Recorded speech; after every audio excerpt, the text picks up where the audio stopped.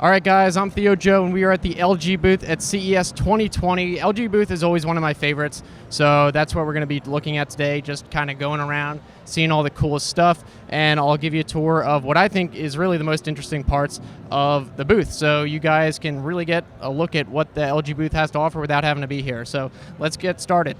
The first thing you see when you walk up to the entrance of the LG booth is this giant overhead wavy screen, and it just had some looping videos of nature and stuff on there, so it was pretty cool. When you actually get into the booth, the first thing you're going to see are some giant roll-up TVs. These are the Signature R TVs. These are actually not new. They were announced a couple years ago and shown off last year, but these are finally this year apparently going to be on sale at a moderate cost of just $60,000, so that's pretty crazy. But getting into the world of actual relatively affordable TVs, they had a lot of 8K ones to show off. That was a major thing they were focusing on, and they were also focusing on what they're calling real 8K, and this is basically saying how their TVs, unlike many other TVs that claim to be 8K, have a contrast level at the pixel level, which actually allows the eye to distinguish between individual pixels. So I guess their TVs look better than other 8K TVs that might technically be 8K,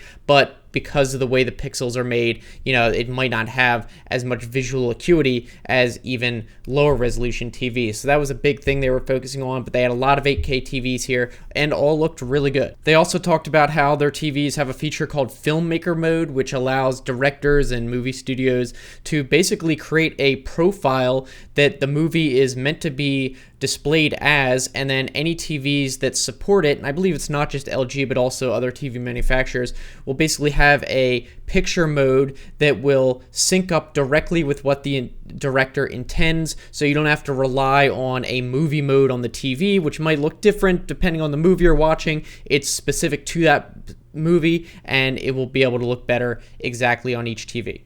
Alright, moving on to the LG Gram laptops. There were 3 new updated models this year: the 17-inch, the 15-inch, and the 14-inch. All of these are updated with 10th generation Intel CPUs, and they also, another big thing is have Intel Iris integrated graphics. So they actually have a GPU in there, integrated but still a GPU. So this is unlike previous years that really didn't have any kind of GPU in there at all. So that's a really nice addition. The resolution of the 17-inch is 2560 by 1600, and for the 15-inch and 14-inch, they're both 1080p displays. And also the 17-inch and the 15-inch both have larger 80 watt-hour batteries, up from the previous year's size. Another type of laptop they had here was the LG Gram 2-in-1 laptop tablet, slightly smaller. It's basically just, it kind of folds in on itself, so it can be both. But it definitely seems like the main addition on the 17, 15, and 14-inch laptops are the 10th gen CPU from Intel and the integrated graphics in those. Okay, moving on to the monitors. So the first one we can look at is a 38-inch ultra-wide monitor.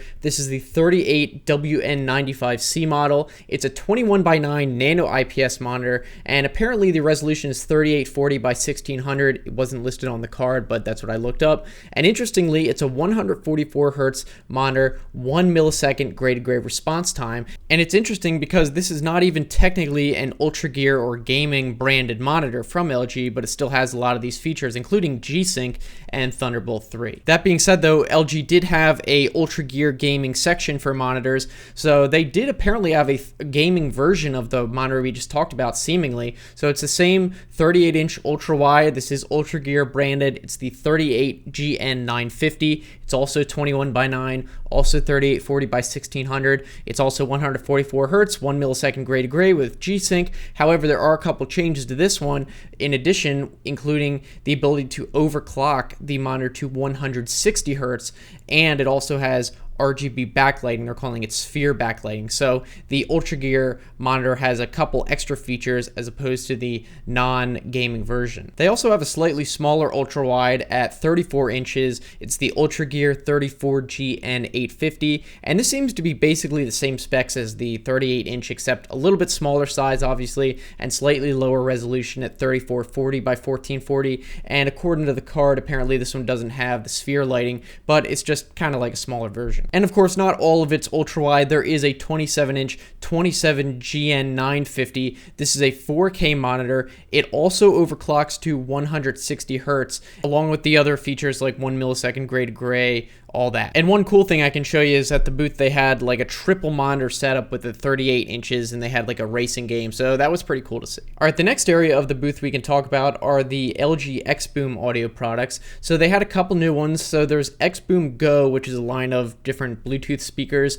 They have some newer, smaller Bluetooth speakers, which are the PL model names, so PL7, PL5 specifically, and then up on the wall they had some bigger PK speakers, which I believe you might have seen last year, and these actually sounded pretty good. I'm not a huge audio fanatic or anything, but they did sound good, and it's cool that you can literally see the sides vibrating as they create the audio sounds, so that was pretty cool. Also in this little area they had a new sound bar, the SN11RG. This is a Dolby Atmos sound bar. It does 7.1.4 surround sound, and they showed off some satellite speakers that you can attach with this, so you can literally have the Dolby Atmos, which creates like a virtual sounding surround sound, as well as the true surround sound to combine with that, which I guess would be pretty cool. And then it also has auto room calibration, so you can make sure that it actually does sound like it's supposed to. Another cool thing they announced at the press conference is that the LG TVs, I believe new ones, will be able to actually connect Bluetooth speakers.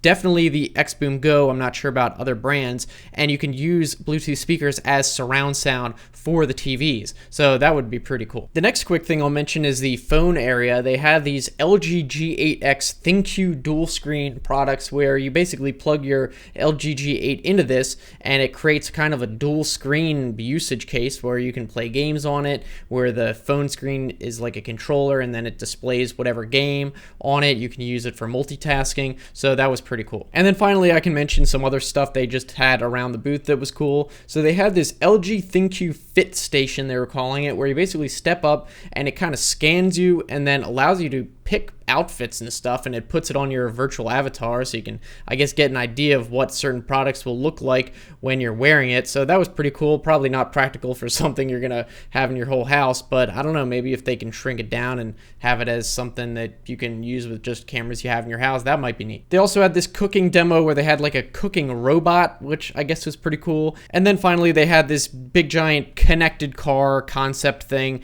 I don't want to focus too much on this kind of stuff because this will never be a real product, but it still looked cool. So there you have it, another year at the LG booth. Lots of cool stuff this year. So let me know what you guys thought was your favorite, and we'll see what they have next year. It's always a lot of fun. So thanks for watching, guys, and I'll see you in the next one.